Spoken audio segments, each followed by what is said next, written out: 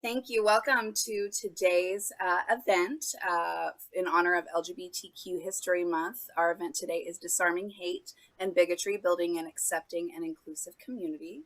So my name is Carrie Knuth. I am the Assistant Director for Student Life here at the Ivy Tech Fort Wayne campus, and also the advisor for our Campus Activities Board. So Campus Activities Board is responsible for bringing the student body entertaining, educational, wellness, and co-curricular activities throughout the semester.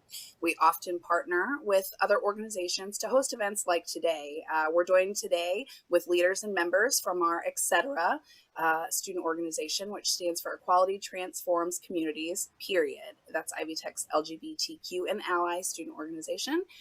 Today we have Jewel Flickcraft, our advisor for that. So Jewel, do you want to say a little bit about etc.? Yeah, thank you for having me, Carrie, and also partnering with etc. for this event. We're really excited to have an event like this between the Fort Wayne and Warsaw campuses. etc. started with Nick Spangle and I discussing, that there needs to be some type of ally group for LGBTQ students and their allies at the Warsaw campus, just with the environment of, Warsaw, Kosciuszko County, and Fort Wayne. We don't always necessarily feel included or accepted. And so that's what kind of started etc. And etc. was named by the beginning club members and wanting to have a strong acronym instead of being, alphabet soup, but having a strong acronym in order to show what etc. is about. And so that's where Equality Transforms Community came together. And we really try to be a club that provides a safe space for individuals who identify in all different ways. Our most recent president is actually a DACA student. And so, we really want to be an inclusive space for everyone. And we try to do events, at least for Spirit Day, Coming Out Day, and then, as Carrie said, National LGBT History Month. Great. Well, thank you again for being here. So just a little bit of housekeeping items before we get started. At the end of today's event, I'll be providing a participation link and a QR code, either one of which can be used to track your participation for today. We are doing a drawing for 4 $25 gift cards to Grubhub to get food delivered directly to you. So we'll be doing that drawing after our participation window is over. We do typically, because we are recording today, we extend our participation window out 2 weeks. So we give other people who couldn't join us live an opportunity to participate as well. Once you participate, or once you log your participation, you will be forwarded an email, which is a feedback survey with some additional reflection questions that are there. Filling out that reflection will also enter you into a drawing for an additional $25. So a couple of opportunities for you to win some cash today. Moving on, we do ask that you mute your Zoom today, and out of respect for our speaker and our audience, please hit that mute button. You're welcome to share your video if you'd like, just knowing that it might show up on our recording. And then we do ask that you put if you're muted, then it doesn't really matter if your cell phones are silent. Again, today's event is sponsored by your Campus Activities Board for Fort Wayne and Warsaw campuses, and also our etc. student organization. So we are really pleased about today's event. Greg Baird is our speaker. Greg Baird is a national lecturer on LGBTQ civil rights and equality. He is also a storyteller, writer, filmmaker. Greg has a dedicated following on social media that follows his life, LGBTQ activism, and LGBTQ history facts. He is a native of Northern Michigan and currently calls Chicago his home.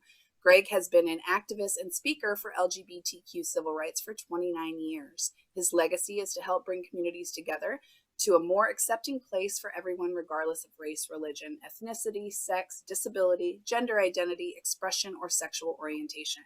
In 2008, Greg was the executive producer of a documentary about gay hate murder of University of Wyoming college student Matthew Shepard. On October 12th, it will be 22 years of the hate crime that took Matt's life. Greg often shares his program about Matt with students performing in the Laramie Project. Matt's parents, Dennis and Judy Shepard, are good friends and a mentor of Greg's. He is acknowledged for his contribution to Dr. Ruth Westheimer's book on her Guide to College Life. Greg was featured in the 2015 documentary film titled Fish Out of Water. Greg was also a human and civil rights speaker at the Rotary World Peace Conference in January 2020 in California. He spent 2 years visiting Orlando, Florida to film and produce a short memorial film about the Pulse nightclub shooting titled 2:02 a.m. that you will see during today's presentation. Greg is well known nationally for his work on the issues of bullying, hate crimes, inclusion, and acceptance. He makes it his mission helping people of all ages discover their legacy and to leave a positive mark on their community. He works every day to help people find the best in themselves and others. His continued passion to reach out to the communities across the USA is worldwide known. It is a great pleasure to welcome Greg Baird. Welcome. Thank you, Carrie. Thanks, everybody. How are you? Hello, virtually from Chicago. Very transparent here, I have to tell you. So I'm sitting in my little office area. You're not allowed to see the other parts of my house right now, but you get a screenshot of my my lovely kitchen in the back and my seasoning and all sorts of stuff. On the side, I make my own house seasoning and food seasoning. That's a whole other, probably a whole other lecture. But so I'm here and I'm very happy to be here. Happy LGBTQ History Month. And it's a beautiful, I'm looking out my window right now, and it's a beautiful Chicago day here. It's sunny and probably about 70 degrees outside. So it's been really enjoyable to get out, as many of us want to, just get out and walk and exercise and breathe some air and, you know, be good to ourselves. So thank you again for letting me be here. I'm going to cover a lot of different things today. If you have questions at the end of my lecture, what I would love to have you do is put those in the chat section, and Carrie, if you will, you can read those questions to me when we get to the end of the lecture. And also, I'm very open if any of you have questions you want to ask me, you know, you can unmute your mic and talk to me. I like that because I like to see real people. So what I like to do to start off, this is LGBTQ History Month, but every day of the week for the whole year, I've been doing this for, I don't know, a long time on Facebook. And I always post LGBTQ history facts every day, Monday through Friday. So this is not an exceptional day where I'm just going to say, oh, I'm going to bypass that. I'm going to give you some facts of some history, LGBTQ plus history that has occurred on October 7th. And I like to do this because I find that our history does not get talked about. It doesn't get discussed very much. And we're doing a little bit better on that with our school students. But, you know, I was brought up in the 60s and there was no mention of anything about gay history, which they just said gay history back in the day. I didn't know anything. And I think probably my journey would have been a lot easier, along with a lot of other people, if those achievements and also the things that have happened within our community, because our history is not really too pretty. We've had a lot of things happen as far as like lynchings going on and fire bombs of bars and how we've treated people and all sorts of things. So I think it's really important we do talk about those moments in history so we don't repeat them again. So today on history, if I may, I got 4 different facts here for you. On this day in 1967, the Advocate magazine, if you remember that, begins publication. The magazine is the oldest and largest LGBTQ publication in the United States, and the only surviving of its kind that was founded before the 1969 Stonewall riots in New York City. In 1996, 250 students in Elizabethtown, Pennsylvania, walked out of a class to protest the school board's passage of a pro-family resolution which banned positive discussion of homosexuality. In 1998, and this is near and dear to my heart, and I talk a little bit about this, but I ended up doing a film about the murder of Matthew Shepard back in 2008. I know his family well from working with Dennis and Judy, but on this date in 1998, shortly after 12 a.m., Matthew Shepard leaves the Fireside Lounge with Aaron McKinney and Russell Henderson, in which they drive him out to a fence out of Laramie, Wyoming, beat him, tied him to a fence, and left him for dead. They brutally beat him with a .357 Magnum pistol, and then McKinney and Henderson drove into town. If you want to know more what's going on with this timeline of Matt, you can check me out and add me out on Facebook. Matt eventually and unfortunately passed from his injuries on October 12th, which is coming up, and incidentally is the day after Coming Out Day. And lastly, 2014 in Kenya, transgender activist Audrey Magabung wins a landmark case against the Kenyan National Examinations Council, who had refused to change her name and gender marker on her academic diploma. She is a Kenyan transgender activist who has been involved in legal actions in the High Court of Kenya for the fight of rights against transgender people. And I love when people are making a difference in our world and in our own communities, many which a lot of you are doing by being here and being an ally and being out and proud. So you're going to see a little bit of me, but I'm going to go to my PowerPoint right now. So I hope you enjoy this.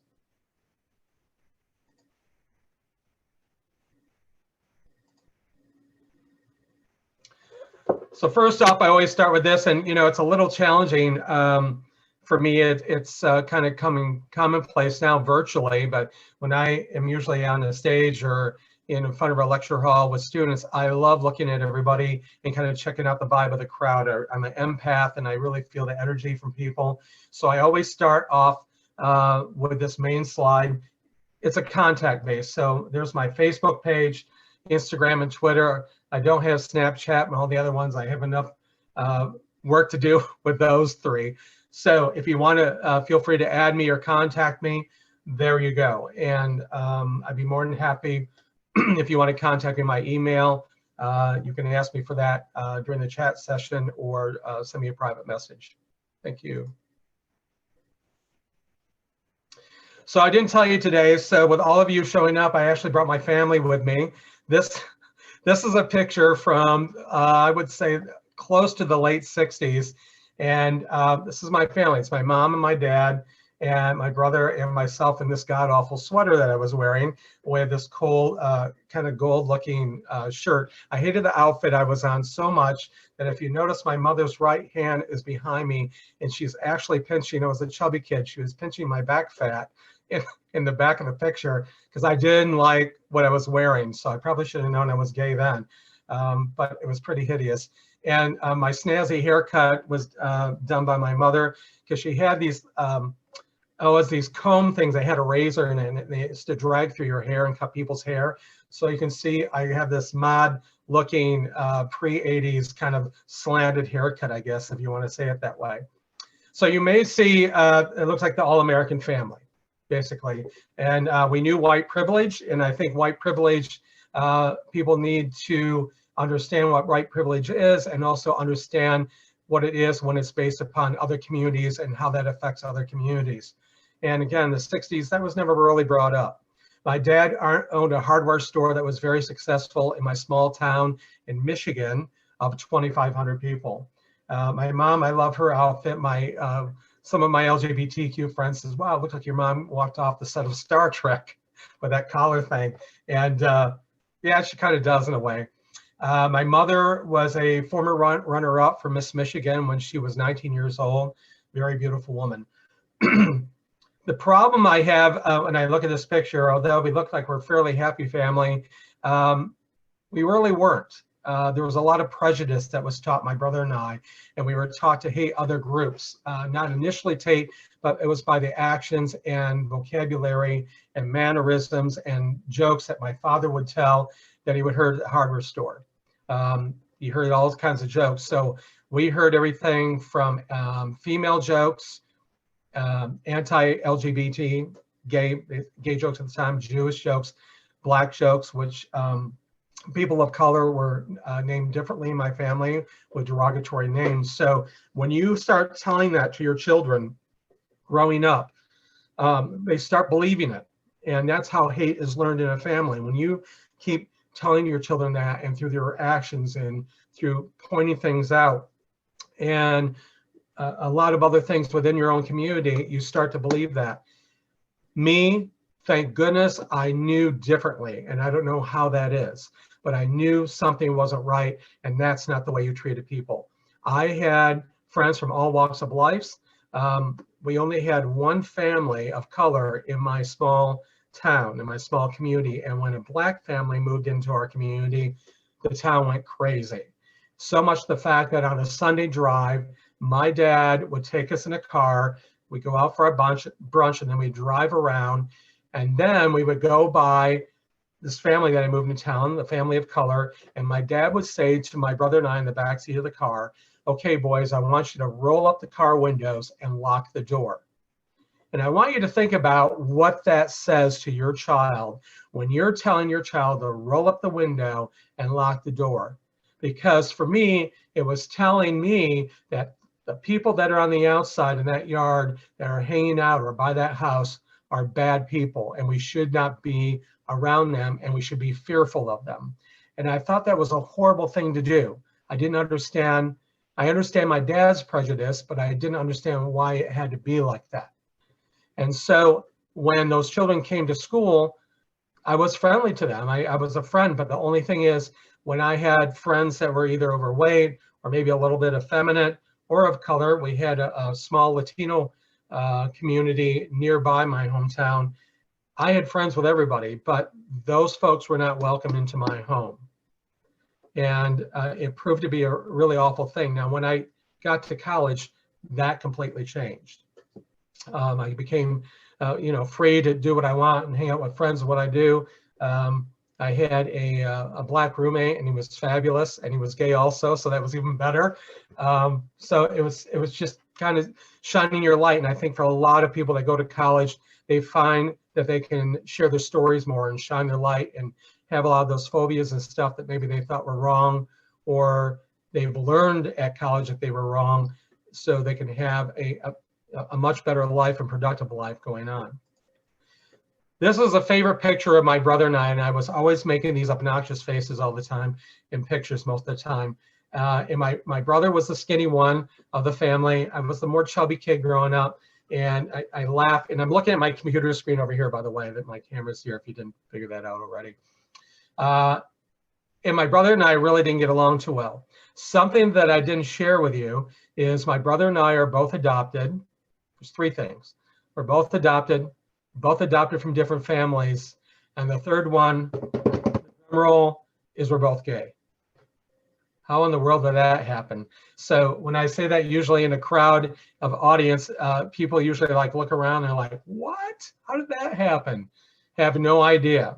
But we're adopted from different families. And we knew we were adopted at a younger age, but I really didn't know a lot about our biological family, our families, until later on in life.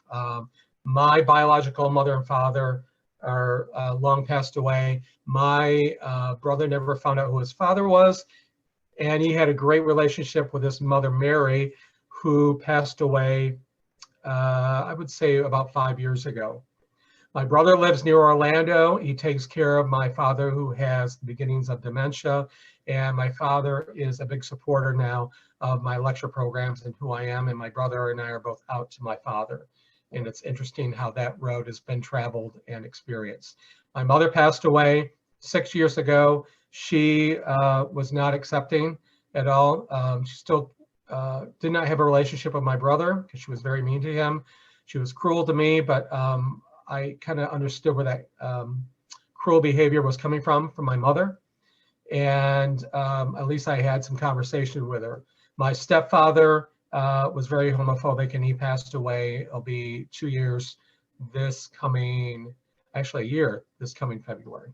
So a little bit of a background.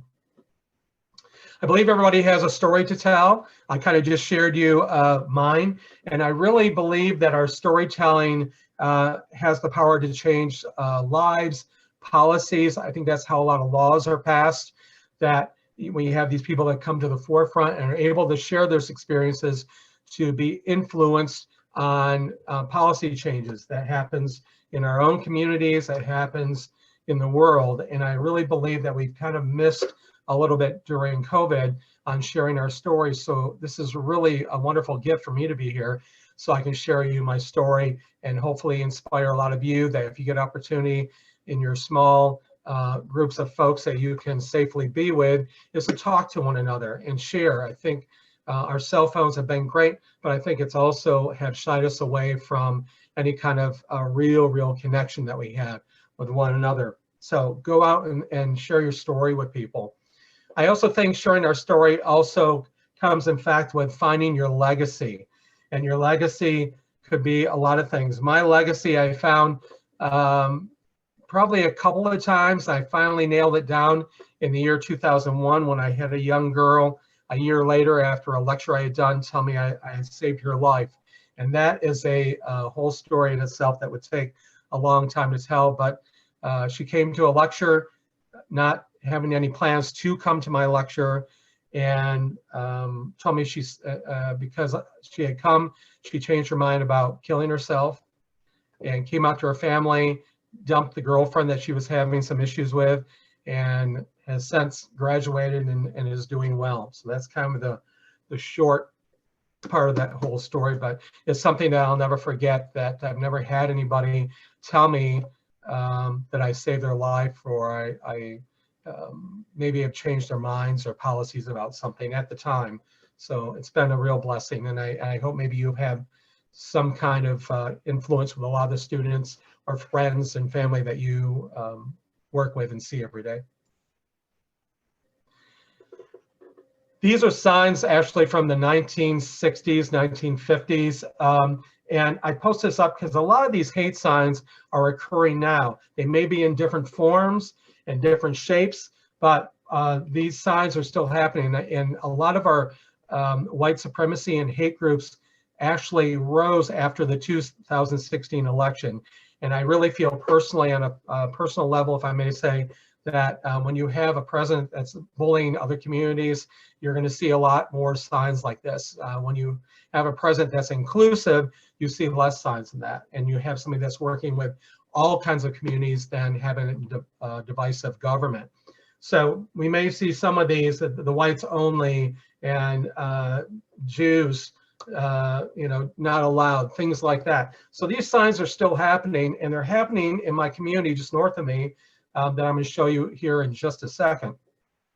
The Southern Poverty Law Center documented 940 active hate groups in the US in 2019. Those 2020 figures are not out yet, and they won't be until probably the first part of February. In your home state of Indiana, there are 20 hate groups that have been tracked, and those groups are general hate, anti-Muslim. You do have several KKK groups, white nationalists, racist skinheads, black separatists, and anti-LGBTQ groups in your state. Know who those groups are, but also know where they're at. I know I moved here from beautiful northern Michigan when I worked at a college, and I knew there was a lot of folks in that area that knew where there was an KKK group, but an anti-LGBT group in the area. So check it out on the Southern Poverty Law Center. I think it's more than imperative now than ever that we need to know where the goodness is in our community, but we also know where the people that may not like us too well or challenge us. Those hate group activities that are around include criminal acts, marches, rallies, leaflets. They post stuff or publishing. They tend to go after a lot of folks that have low self-esteem and try to create some kind of a family atmosphere or building them up and giving them responsibilities. And that's just a way it feeds into their ego and feed into maybe the depression or the emotional state that they have. This little note that you see to the left of your screen that says, "Hey faggot, we won, so you better watch your back. Your days are numbered. Make America straight again to make it great again." They was put on a friend's windshield right after the 2016 election. I clipped off probably about half of it where it gets really inappropriate. But like I said, these messages are happening. And a lot of these groups have their own kind of initials or insignia, such as the swastika. I know here in Chicago, we have a real problem with a lot of the hate groups, and a lot of the gangs are in the South and west side of the city. I'm on the north side, and I do see some things around here. So for instance, I know a particular alley that I can go behind some stores, and I'll see like a Crown's hat with a line underneath it. And that to me tells me that the Latin Kings were in the area. So a lot of these groups have their insignia. They have a signature that they do. Keep your eye on those kinds of things. We need to work on being much better in breaking apart a lot of these gangs and these hate groups and educating. And you know, there's some people that we can reach, and there's some people we can't. And it's my prayer and my hope that we can erase a lot of hate in our country, because it's at a very high level. As I mentioned, just north of me, this happened a year ago when I talked about hate and the signs of hate. This is a sign of hate that happened in Rogers Park. And it's a mixed LGBTQ community, a lot of folks of color, a lot of people of different ethnic backgrounds. So this is a friend's window, and they had the pride flag in, which a lot of people do. And it happened last fall. But they woke up in the morning to walk their dog, and they turned around and they saw faggot written under their window. And to me, when I see signs like this, it tells me that somebody wants to hurt me, or maybe somebody wants to kill me and doesn't want me there. So again, we need to be very proactive on our communities and our community outreach and what we're doing to keep an eye on one another. I always say, you know, the real good neighbor is the one that sticks your head out your door, your front door at the end of the evening, and looks to your left, looks to the right, looks across the street to make sure everybody's okay. And I think we need to do more of that.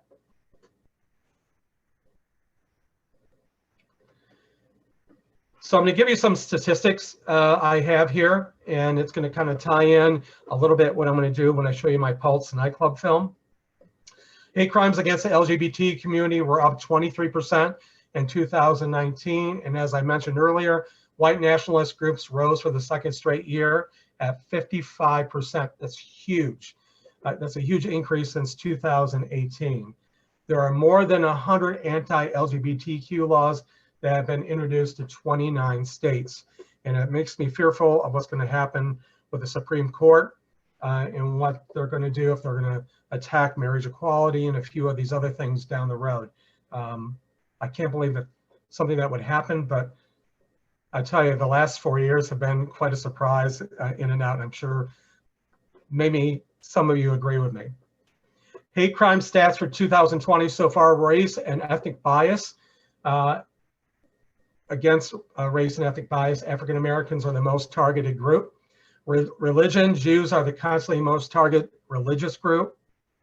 The LGBT community, the transgender community, is the most targeted group. They continue to be so. And I'll give you another stat on that in just a second. And though that also includes gender and gender identity. And last is disability. And yes, just people with disabilities have all sorts of hate crimes that happens within our schools, happens within our own communities. And our national rhetoric is giving power to bullying and hate. I can't think of a time in the last 4 years that our national rhetoric has been so foul and terrible to bullying and hate. And what I try to do in my social media posts, because I think a lot of things get regurgitated, and often a lot of those news articles you're unsure of if they're actual or factual kind of news articles. So I end up posting a lot of positive quotes, positive things and pictures, things like that, that people can just have a little good breathing room. And you know, this also includes the hate messages that we send out on the internet. It drives me nuts when people will post pictures of, if you've seen the pictures of Walmart, they, you know, and there's people maybe dressing in clothing that's too small, too big, or inappropriate clothing, or maybe almost nothing at all. And people will put that on the internet, and everybody has a laugh at the person's expense on the internet. And it also goes with somebody, you know, if they're too thin or they have a disability. So we need to stop doing that. It's not funny. I look at those jokes, I just feel, you know, whatever your brand that you want to call yourself and who you are, if you are putting out there that you're a positive person and you're about all kinds of inclusion, but then you're posting those kind of pictures on the internet, you're going against everything that you're doing. 2020 has already seen at least 26 transgender or gender nonconforming people fatally shot or killed by other violent means. If you don't understand the transgender community, you don't understand that journey, ask somebody who's going through that journey. Educate yourself on that. There's a lot of positive videos on YouTube that you can watch, a lot of positive posts that people have done. I follow several people on Instagram who are kind of putting their life out there and sharing their experiences. And I always feel it makes me a better person to learn about other people in the community. And I have friends from all walks of life, and I wouldn't be the man I am today if it wasn't for them. And I hope maybe for a lot of you and those experiences that you have as an ally or LGBTQ plus person that you know exactly what I'm talking about. See this young man that is down here in the blue shirt? Well, his name is Larry King. And Larry, or Lawrence King, I don't know if you heard about him. He was from Oxnard, California. Well, Larry King was 15 years old. He enjoyed trying on women's apparel. He wore women's accessories to school. He liked different boots, different things that women wore, and he was trying to figure out his gender. And he was gender nonconforming, just trying to figure out where his place was in the world. Well, his roommate, or excuse me, his supposedly a friend, his schoolmate at college next to him, Brendan, did not like Larry wearing those kind of items to school. And out of Larry's discomfort, Brendan's discomfort, Brendan walked into a computer lab and shot Larry in the head twice and killed him. And when he was interviewed and asked why he did it, he said he did it because he felt discomfort, and he thought that if he killed him, that it would alleviate all that. My issue for this is, where do we teach our children that it's okay to hate? And I firmly believe, like I said earlier, it comes from our families, but it also gets heavily influenced by social media. So whatever we are teaching our children at home, in the jokes and the mannerisms and things that we talk about, we need to be more positive in what we're talking to our children about, and talking about how those communities interact with all the communities as a whole where we live at. I didn't have that opportunity growing up, and how I got out of that is a complete miracle. But I'm glad that I did, so we can be better people. What I want to share with you also, that there's already been 26 incidents with transgender folks. Those are the ones that are being reported. There's a lot of them that are not being reported, that because maybe they don't want their family to know, or they don't want to lose their jobs, things like that. So we need to, again, shine in our community and let everyone feel welcome and accepted, so everybody's productive. Okay, I don't know how many of you know this family, but if you do, on your reaction, if you want to do the little hand, raising your hand, if you know who this family is, that'll be, oh, I see a couple people, very good. I enjoy talking about these people because I want you to know how hate is learned in a family. This is the Westboro Baptist Church. They run a really foul website, and I kid you not, this is the name, called GodHatesFags.com. When we get done with this program, go check it out, but please take it with a grain of salt on what they're doing. They will come into your community if someone has passed away from complications from AIDS, if someone has been supportive of the LGBTQ community. They just protested recently at Ruth Bader Ginsburg's funeral, horrible, because she was supportive of women's rights in the LGBT community. They come to your community and they post all of these horrible signs up. So where are they from? They're from Topeka, Kansas. It's the Phelps family. It used to be run by Reverend Fred Phelps, but he passed away several years ago. So if you look at the photo to the left with the woman that's wearing, it looks like the skirt of the American flag, that is Shirley Phelps. And Shirley Phelps is now the head of this whole family. When I say the Westboro Baptist Church, it's not a place where you and I would never go, but if you want to go to church there, you can't. There's actually a fence surrounding this whole compound, and it's just for their family, and they have a huge family. Almost all of the children in this family, Fred Phelps's children, and also I believe his sisters, are lawyers. So with that said, when they come to your community, they're going to do all this protesting, and it's going to piss a lot of people off. So usually they're on the street corner here. Across the street would be people protesting that they're there.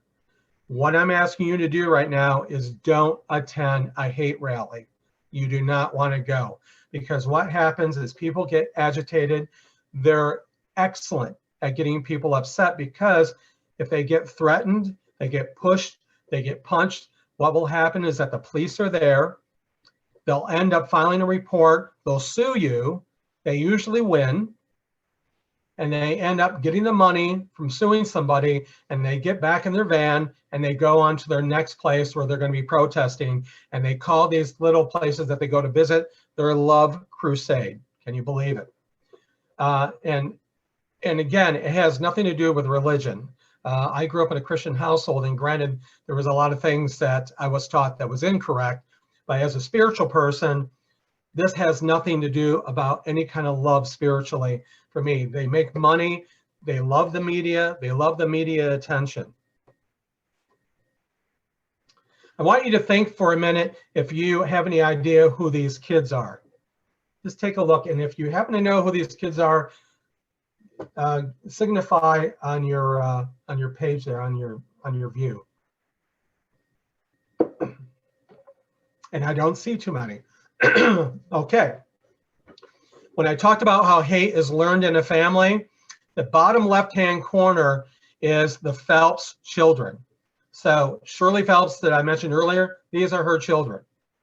And those children have grown up hating and protesting. So now they have children of their own, and those children of their own are actually at the top left and off to the right. So not only has this Fred Phelps has taught his family how to hate, his brothers, sisters, he's taught the grandchildren and the rest of the family and the great-grandchildren. This is how hate is learned in a family. And can you only imagine how this keeps going over and over and over, this horrible machine that's kind of spitting out all this hate and bigotry to your community. They come to the community. So when they show up with their signs, they bring their kids with them, and it's deplorable. If you want to see a really good documentary, and I recommend this the other day when I was speaking to another group, go on YouTube. I think it's like a 5 or 6 piece film all chopped up. It's a documentary, but it's called The Most Hated Family in America. And it was a British reporter that had gone into the Phelps family, into their compound, and did a documentary on them. And it's very insightful, I will have to tell you, and done very well. But it's called The Most Hated Family in America. It was done probably, I don't know, 10, 15 years ago, something like that. So what do you do when there's a hate rally in your community? You have a peace rally. So you go to a different location, not where they're at, and you fight it with humor and love. So these people were, where's Waldo? Build prisons on the moon. God hates flags. He really doesn't. God hates kittens. God does not hate kittens. He doesn't hate dogs either. So you have this peaceful protest. You may want to pass out inclusive kind of things and leaflets, maybe have music there. You know, when we could pass out any kind of food items, those kinds of things. But make sure if the media is covering the Phelps family or whatever hate rally it is, make sure that they're coming to the peace rally as well. Because as Judy Shepard, you know, has told me, if it bleeds, it reads. So when you have the media there, of course, they're going to go to something negative and terrible because, you know, we've been accustomed to watching that on the news. Well, we need to have them show up at the peace rally as well and give hope to folks. So the sign really makes me laugh. There's several on the internet, but I like that as well. This house is called the Equality House. I don't know if many of you are familiar with this, but the Equality House was developed and founded by Aaron Jackson, who founded planningpeace.org. And Aaron Jackson is a humanitarian and environmentalist. He grew up in Florida, and he does some really wonderful things for our world. He helped deworm so far 22 million children across the world. He actually sent up, kind of crazy, sent up the pride flag in a rocket in 2016 and put it out in space to proclaim LGBTQ equality all across America. And you can look for that on YouTube, and it's on there. But he found this house in Topeka, Kansas. It was generally just a white house, painted a rainbow house, called it the Equality House. It acts kind of like a museum, so you can go visit there. If you come there during the summer months, they even have a garden in the back. And if it's available, they'll let you pick like a tomato or a cucumber or some other items that they're growing, or herbs and things. And I just love that. I love the inclusiveness of that, and just bringing peace to a community and hope. They did a fundraiser when that first opened, and in October of 2013, they did Drag Down for Bigotry. And it was a drag show right on the front lawn, and they had a bunch of drag performers and things, and they raised money for anti-bullying legislation and to help a lot of groups that were fighting teen and youth suicide and things like that. So I'm all about giving back to the community. What I like even better than this is next door in 2016, they bought the transgender house, and they painted the colors of the transgender flag. I love this. So like the Equality House, you can go next door here and learn about trans issues and things like that, and gender and non-conforming kind of programs, issues, clubs, all sorts of things, and it's absolutely superb. What I do love about these houses, now if you remember me mentioning that the Westboro Baptist Church lived in Topeka, Kansas, well, guess where they live? They live right across the street from the Equality House and the transgender house. I think this is awesome. So when he found the house, it's right across the street. You can see the fence around there. You can see their website, which is another one that they own, godhatesamerica.com. And you can see how it's a compound. And again, I asked Aaron, because I saw him in a lecture many years ago, and I said, Aaron, do you ever meet the Phelps family across the street? Have you ever run into them, or have they ever done anything to your house? And he goes, well, we've had some people that have come into the community that have spray painted or defaced either one of the houses, and we just repainted. But he goes, one time, Shirley Phelps was at the mailbox, so it's right down by the awning there on the left across the street, if you can see it. And he goes, so I walked out and I said, hey, Shirley, my name is Aaron. I own the two houses across the street, the transgender house and the Equality House. And he says, what do you think about that? And she looked over and she goes, it's kind of pretty. And that's all she ever did. You have to understand that kind of dialogue with them. She probably didn't want to do any protesting out in front of that house because of the fact there's no media there. She can't get any media time. The police are not there. It just doesn't, is not fruitful for them. So I can tell you, they love the media. I've had to cross a picket line a couple of times with them, and my photo was all over campus because they had the campus posters up of my engagement, and they didn't even know who I was. They were there for the media.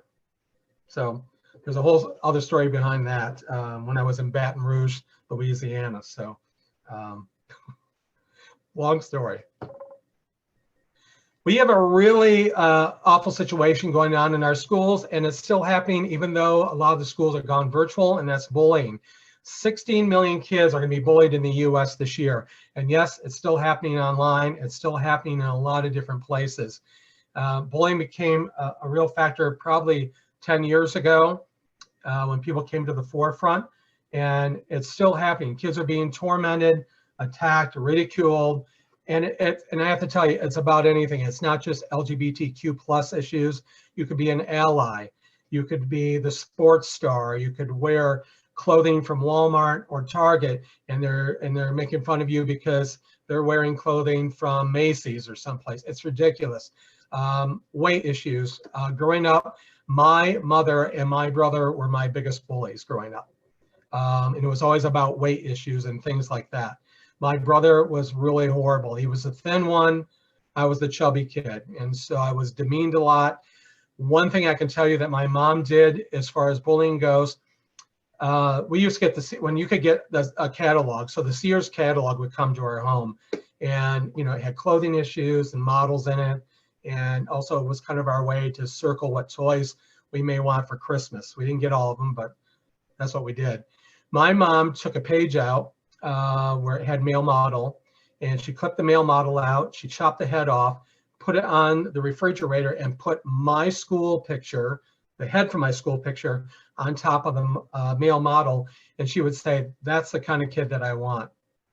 So if you can understand, being an adopted child, you're feeling like you're at fault. Not only am I dealing with not understanding my feelings of being attracted to men and not even thinking about the sexuality part yet, but also I'm being demeaned and tormented for being a chubby kid. And that lasted for quite some time. I will tell you, I lost 80 pounds in 2007. And that was one of the best things I ever did in my life. So a little bit healthier of a dude now. So the cyberbullying that's going on is, and I know a lot of you probably understand this already, but a lot of people that are sending cyberbullying messages are threats through email or cell phone, posting hurtful messages on social networks or web pages, embarrassing photos, talked a little bit about that earlier, secrets and spreading them, recorded unauthorized videos and uploading them. It seems like everybody wants to be Steven Spielberg and capture the moment. Drives me crazy. Hacking into account and posting damaging messages, stealing the identity of a person, leaving someone out of online groups, creating a fake online persona. I've seen a lot of that in the last year, people creating that to bully other people, sexting, a few other things. Now, granted, these statistics are from 2009, but they still hold true to today. This picture drives me a little nutty, and I'll tell you the reason why. Is because when bullying incidents happen in our schools, and I will tell you 19% of college and university undergraduates experience some kind of bullying still into their undergrad years. And that happens, again, similar to high school kind of atmosphere, but maybe a little bit more developed in how they go about it. But this photo right here is the first time you see a friend where you see somebody being bullied. Nobody steps in to help the person out. We need to work on a third-party bystander and helping folks out. So the third-party bystander, what I suggest is get rid of the cell phone, get rid of all that stuff that we're used to filming. It doesn't need to be posted. Everybody wants to be the first person to post on Instagram or Facebook on these kinds of things that are going on. And what I would suggest is get help or step in and say that it's wrong, because the more people that step in and let the bullies know that it's wrong, the more that the bully's not going to feel like I'm up here and you're down here. We're going to create that even playing level where it's not going to be worth to them anymore. I will tell you that a bullying incident, the bully will come back time and time again to the same person or individuals. And unless we step up and do something about it, it doesn't get any better until we can really intervene and do something positive. Again, I mentioned this bullet point, the first one, regardless of race, weight, gender, they're all victims of bullying. Anybody can be a target. 1 out of every 10 students drop out of school does because of repeated bullying. I have a friend that's 50 now that told me that when his dad and mother used to drop him off to school, he knew he was going to be bullied, so he would wait for the car to disappear and he would check out and just run past the school and spend the day in the mall. And that lasted for probably about 2 weeks until the school notified, hey, we haven't seen him in school for a while, why aren't you there? So again, it's fearful of being in school. Those that are bullied are more likely to use alcohol and drugs, skip classes, spend time alone, sleep a lot, receive poor grades. I was one of those kids that received poor grades. Lower self-esteem, I was right there. have more health problems and a high risk for suicide. And 84% of those students who are bullied online were also bullied in person. Many that are bullied are gay or soon to be gay. They're reluctant to tell their family or friends they've been bullied because they feel embarrassed or shame. If I was being bullied in high school, middle school, and I knew I was a queer kid, there's no way, looking back at my family, that I could have done that. It would have been terrible. They often feel shame, which I did. And again, we need to speak our truth and feel our truth, and I wasn't allowed to do that. So there was a lot of shame and a lot of lying who I was. Bullies will target anyone to feel the power and better about themselves, and 60% of students identified as bullies in grade 6 through 9 had at least one criminal conviction by age 24. And what I will share with you is when a student is being bullied in school, and let's say they're sitting in an English class, they're not learning. They're thinking about, when that bell rings for me to go to another class, how am I going to go from point A to point B without being slammed in a locker, thrown aside in the bathroom, beat up, thrown in a trash can, whatever it may be. So they live in fear constantly while they're in school. And again, we have a lot of anti-bullying kinds of things in place within our school districts. But you know, I tell you, I've spoken to a lot of schools, and a lot of the schools will just put up flyers and do general announcements without any kind of pro action within the school district. And it makes me very sad, because I think we're missing out on a lot of different individuals. So how do we stop bullying? One, something that hopefully all of you are doing, and I know, like Jewel, you know, you're running your organization, you're a mentor, you're a positive role model, you're a friend. That's all things that I try to be, no matter where I go. Whether it's I'm working, my friends call me the professional homo. So no matter if I'm doing my work or not, I'm a friend, I'm a mentor, I'm a positive role model. Get your community together, your business owners, your law enforcement, get your community involved. We can still do that as a community virtually. Get them on board, educate them, talk with them, why it's important that we're inclusive for everyone. Give the opportunity to express themselves as complete human beings. Teach inclusion and acceptance. I wish I would have had that so much as a kid, and taught about our LGBTQ history and you know, the gay straight alliances and the pride centers and stuff. I really would have shined, I think, had I had that as a kid. Educate on our history. I talked about that. We must never repeat our history. And the sad part is I'm seeing a lot of all kinds of hate in history being repeated right now. And we need to be better. So November, if you haven't, mail your vote in, vote, and vote for a better tomorrow. Vote for better things for all of us, because I really feel that if we do well now, we're going to be great for our future. And refuse to tolerate non-inclusive actions, attitudes, remarks, and policies, those jokes, those kinds of things that I hear. You know, I find it disturbing when I had a friend that I actually do not speak with too much anymore, that felt it imperative that he had to use the word faggot when we were out in public, like either at a social event or an inclusive bar or a dining place, just because he thought it was like, you know, carte blanche. No, it's not. You're just being ignorant. And I didn't like that. So hate speech of any kind should not happen in our communities, and that shouldn't happen in our offices where you're at, shouldn't happen in the hallways of our schools or outside anywhere. And again, I'm a firm believer in this. We live in fear because we're not communicating. So what will the world miss if you don't tell them your story? And, you know, I'm sorry I'm not there in person, but I would love to hear your stories and who you are and what you've experienced, because I just learned so much from a lot of people in my audience. I like to stick around. I've stuck around hours after my gig was over just to meet and hug, and when we could hug and say hello and learn what your story is, because I think it's so important. Discover your community and legacy, and share who you are with others. All right, going to switch gears here a little bit, and going to give you some bullet points. So feel free, if you want to, take some screenshots of these different kind, I'm just calling these kind of help things for you to kind of muddle through a lot of stuff and educate. So feel free to do a screenshot of this if you want to save it. Center for Safe and Responsible Internet Use is about cyberbullying. The HRC, the Human Rights Campaign, has a lot of general information and all kinds of things on LGBTQ+ and our ally, different organizations, how we can help out. A really great resource. Southern Poverty, if I can talk here, Southern Poverty Law Center, you can find the hate maps, things to look out for, what's currently on the agenda, and a lot of things that they're fighting for. It's very important.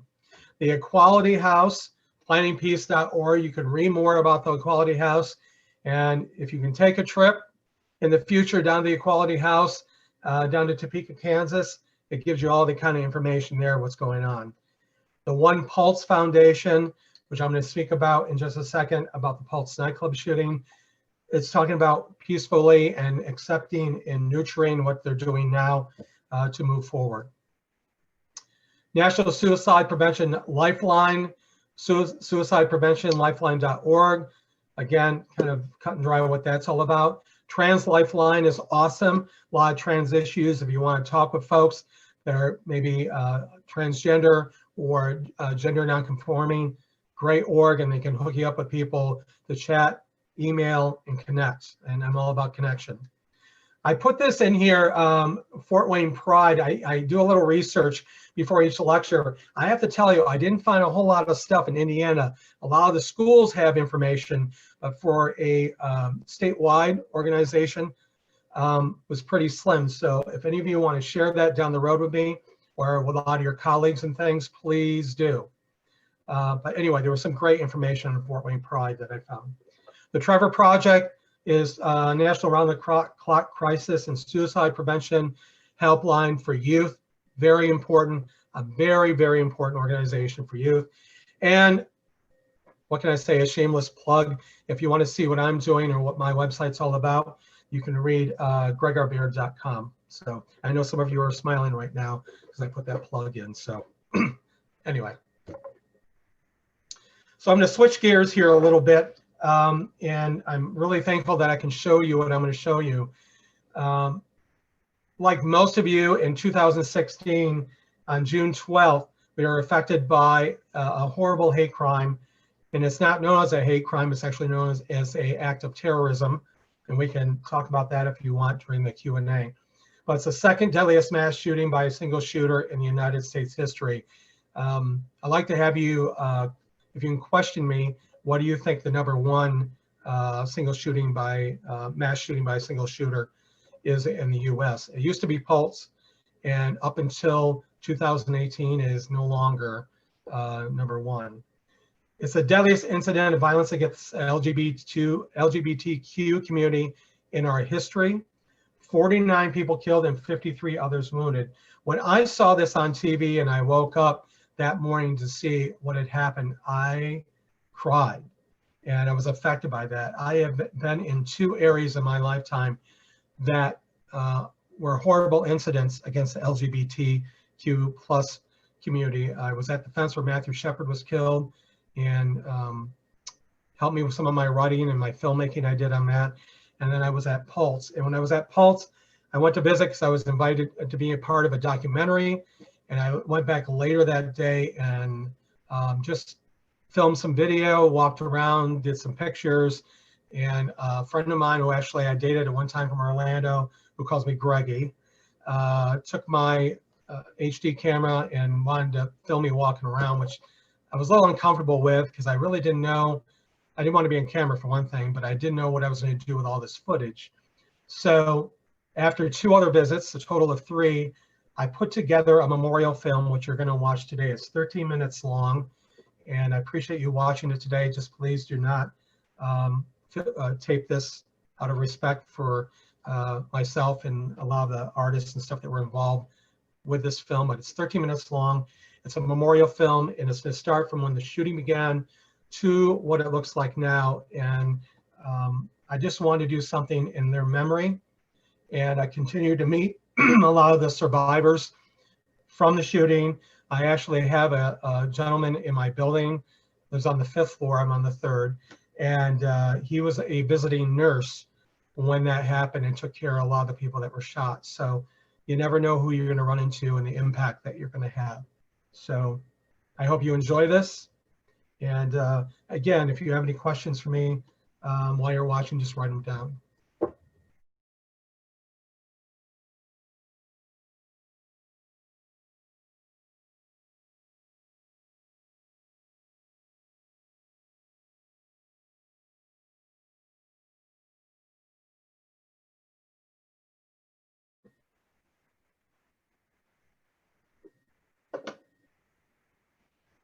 Okay, I'm going to stop sharing right now and see if you may have any questions, excuse me, for me at all, which I hope you do. And I'd like to hear your opinions and thoughts or anything else. So Carrie, if you have any questions that may have come up in the chat, I haven't looked. Yeah, I wanted to point out that through in the beginning portion of your presentation about the Phelps family and their church, somebody wanted to point out that not all Baptists are like that. They Absolutely. in fact are Baptist, and wanted to make sure that they do not speak for they don't speak for that entire church. So that I wanted to make sure and point that out. Right, and I think too when I mentioned that that it's actually not a church, it's just a family. Yeah. Yeah, and absolutely that's true. But yeah, it's not really a church. It's just, you know, it's just the Phelps family, but they call themselves that. Well, and yes, and I think it's poignant to point out that you know, that family gives right entire, you know, an entire church and things like that a bad name. So not everybody's like that. That's no. an extreme. That's an extreme issue. They're probably the most extreme hate mongers we have here in America, as far as a family unit goes, like that. So. Right, exactly. So I do have a question from Jewel, and her question is, Greg, why do you think society has continued to let history repeat itself or circle around, such as the hate groups coming back to the forefront? That's a great question. I think when you have our political leaders that are in charge that, you know, for the most part, they're influential on a lot of people. And unfortunately, they're influenced on a lot of people that want to believe in maybe things that are wrong. So when we look at the hate and things are coming back, I think it stems from a lot of things. I loved President Obama. I thought he was great. A lot of people did not like him. I would say a lot of people, there was a certain segment of our society that did not like him when he got elected. And I think a lot of it was based upon race. And I thought he was pretty stellar. And I thought Michelle was an awesome first lady. So I think when you fueled those people that, and I know a lot of people that did not care for him, when you fueled that fire and they were kind of waiting, and then what happened in our 2016 election, because I think people got a little lazy and they didn't vote and they thought, oh, that's never going to happen. When we woke up in the morning, it did happen. You're like, oh my gosh, what's going to happen? And we've seen what's happened. And it's a way of controlling people, and it's a way of controlling sides. We are probably, in my lifetime, and I will tell you, it's hard to say this, I'm going to be 60 in February. And I think it's very, my lifetime is the most divisive it's ever been. And I think when our government is playing Democrats and Republicans as basically good and evil, instead of bringing people together and joining people, that's where a lot of that hate happens. And it really has strung along a lot of these hate groups, and it's fueled the fire of a lot of people. And so why that's happened, I think it has been kind of trickled down. And I think there's a sense of hopelessness for a lot of people. I know a lot of my friends that are activists in the LGBT community are really at odds, and once in a while they're at odds with one another and disagreeing and agreeing, trying to find solutions and things like that. So again, we need to remain strong and positive for a better tomorrow, and keep, you know, when things look pretty grim, when you turn on the news, you still got to, you know, drudge through it and be positive about things. Awesome. Thank you. Jewel, I'm going to let you ask this next question if you can unmute yourself, just because I don't think I can pronounce his last name. Okay, that works.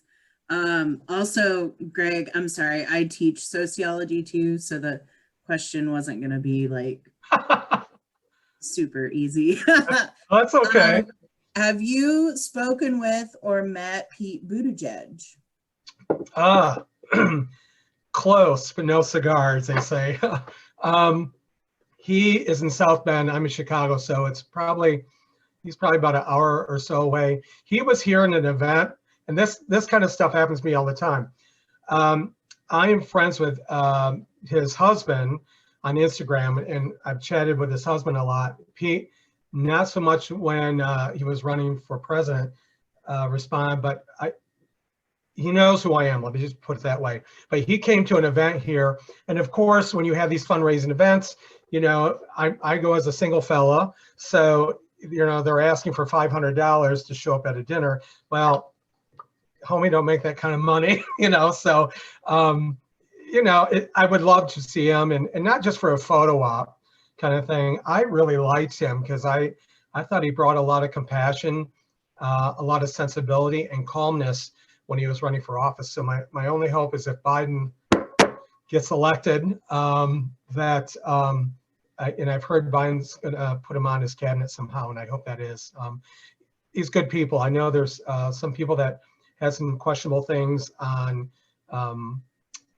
people of color in South Bend and laws and things like that. And I thought he tried to do the best that he could do.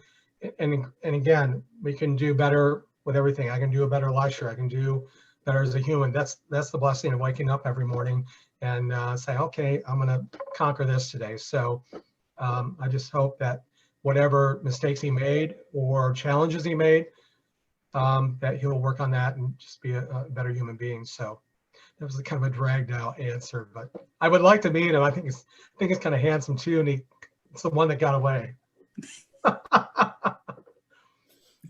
Awesome, Greg. So my question is, some of us may have hateful people in our social circles or, family members or something like that. But some of us are, maybe lucky enough to not have that. But almost all of us have people in our social circle or our family who may just be anti-LGBTQ beliefs. They're not bullies. They don't promote hate or negative behaviors. So how do we as allies promote awareness even when someone isn't being actively hateful, as far as opening their mind, because they're not promoting that negative behavior, but they're also Right. If there's a scale of homophobia, they're like maybe a little bit on the scale but not fully. Okay, I totally understand that. I have somebody in my life that is like that. Unfortunately, I'll answer your question. I'm going to give you this example if I can do that. I have a former student that I had when I student taught, and this is in 1991. And I became friends with him later on. And actually, when he got married, I became like an uncle to his kids, Carter and Leah. And Carter is 18 now, and Leah is 15. And very LGBTQ friendly. He's a real farmer, Republican. So it's one of those kind of people. Not all Republicans are anti-LGBT. I want to make that fact right now. But I had to educate him a lot. And, there was some homophobia that he spewed now and then. But he made an effort in coming to my lectures when I was in Northern Michigan and things. But now since our current president, and he's kind of gone to that side and in a lot of policies and, the anti everything. He no longer speaks with me. And I've even reached out. His children, though, still reach out to me. And I'm glad, because I was really worried that was going to become an issue, and a sad one, because, whatever you're teaching your children at home might happen, elsewhere, but they still contact me. And I look on his Facebook page and what he's posting, and it's a lot of awful, anti-mask kind of things, and anti-Democrats and everything. So I just don't look at it anymore. And it's unfortunate that that friendship probably, as much as I've supported him in the past, it's probably gone by the wayside. And I hope one day he'll come around. So when you have family members like that, or people that you know that are not really actively, I would suggest talking about, events or LGBTQ kind of history. Hey, honey, did you know that today that this happened on our date, or this happened sometime in our history? Or if you're watching a movie, well, did you know that this director of this movie that you like, do you know that they're lesbian? So it's kind of interjecting a little way. You may get an eye roll here and there, but I think when a lot of people there are kind of back doing these things, if you bring up things of our history and current affairs and things every once in a while in support, or talking about maybe a lecture that you had at school, or somebody that you met that really was a positive conversation for you, is continue to bring those things up. I will tell you, personally speaking, from my background, for my mother, and again, my mother belonged to a Lutheran church. This is not to say Lutheran folks are bad at all. It's just my personal experience with my mother. She just couldn't get past the religious part of it. And so I would bring it up often. And she, before she died, probably about 2 weeks before she passed away, she said to me, she goes, Greg, I don't understand the stuff that you and your brother are involved with, meaning being a gay man stuff. But she goes, I know that people love you, what you do, you're a good person. And for that, I'm proud of you, that you're my son. And, you wait a lifetime to hear that come from your parents. So, it took a lifetime. So, there's a curve. There's going to be people that one spectrum, you're going to change behavior. There's going to be one at the far right that they're not going to change. And then you got the curve in the middle, where it's all based upon education and enlighten somebody. And just, we're part of a great big world. We're all human. And I think, if I may go back one last point to your question, that I just think a lot of people can't get over, they're thinking all like gay people are having sex all the time, or how do you guys do it, or how do two lesbians do it, or how to try, all these weird and inappropriate questions, because they can't move on past, that. And all I say is, I have the wants and needs of like everybody else. I want compassion and romance and to be loved and do things together. So I think in a bigger ball, and you put all that together, it's gonna maybe change some attitudes eventually. Okay, great. So before we go into our closing, I just wanted to make sure that we didn't have any additional questions from any of our guests here. You are welcome to unmute yourself if you don't want to drop it in the chat and ask them, or any comments that you want to make about Greg's presentation. I want to give you guys an opportunity to do that as well. Just give it a minute. Brian actually just put in the chat a resource for the Northeast Indiana Diversity Library. Thank you, Brian, for posting that. The website, if anybody wants to write that down, since I know this is private, is www.nidl.info. I will go ahead and post that into the recording after this event, so that people will have that information as well, since they won't have access to the chat. I appreciate that. And then Megan is asking about if Ivy Tech has an LGBTQ club, and yes, we do. Actually, we are joined by Jewel Flitcraft, who is the advisor for our Etc. student organization, which stands for, Megan, I think because Jewel introduced herself earlier, so you may have joined late, but Etc. is Equality Transforms Communities, period. It is our LGBTQ group. They are our second student organization dedicated to LGBTQ rights and equality. Our previous student organization has gone inactive. That was specifically through Fort Wayne, and that was Project Equality. But now we do have the active Etc. Student organization. So if when you receive your post-event feedback that will be emailed to you. There is a question in there asking if you want, et cetera, to reach out to you. And you are welcome to have it that way, or you can always check them out on iLife. So thanks for that question. Yeah, Carrie, I was gonna say that anybody could also, if you want to post Nick or I's email address, if they want more information about resources at the Warsaw or Fort Wayne campus, or they are interested in joining, etc., that they can email either one of us. I'll do that as well. Thank you. And it looks like Megan is looking for possibly some handouts that she might be able to get to students in her area. And Megan, just as Megan works in our disability support services office as well. Here, I just want to add, I want to say thank you for asking me to come speak with your school and everybody that participated. I hope you enjoyed the program, and get out and vote. Change some lives, change some hearts and minds, and tell your stories, and looking for a better world that we live in. But thank you so much. I appreciate the opportunity. Greg, thank you very much for being here today. Thanks. So Jewel also wants, sorry, I'm still on private here with all the chats, so everybody isn't seeing this, but Jewel wanted me to let you know that she does have faculty and staff who join in on their meetings for etc. So that's great. Thank you everybody for being here. I do want to take a moment and just finish up by sharing our participation information. So I am going to go ahead and share my screen.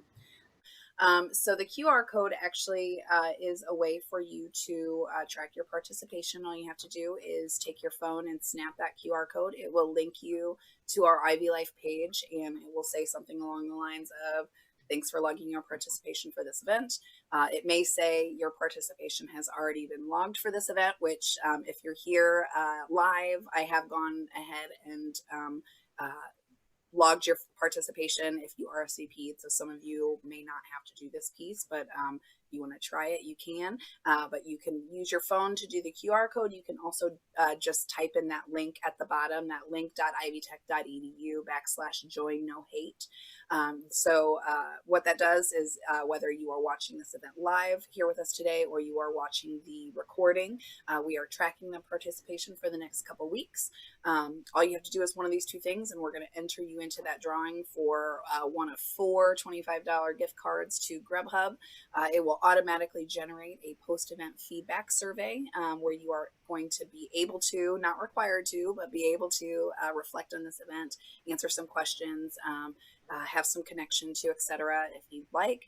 And then if you do complete that post-event survey, you will be entered in for a second $25 gift card to Grubhub. So a couple opportunities for you to win some prizes there. And all you have to do again is either do the QR code or do check in via the link. So if you're having any problems with either of those things, please feel free to email me and I will make sure and get your participation logged. But we want to thank everybody on behalf of CAB and etc. student organizations. We want to thank everybody for being here, and also want to remind you to check out all the events that we have going on related to diversity and inclusion all throughout the month of October and beyond. And you can check those out on Ivy Life, as well as checking your emails for your WhatsApp newsletter that comes every week. So thank you guys again. And with that, I will bid everybody adieu.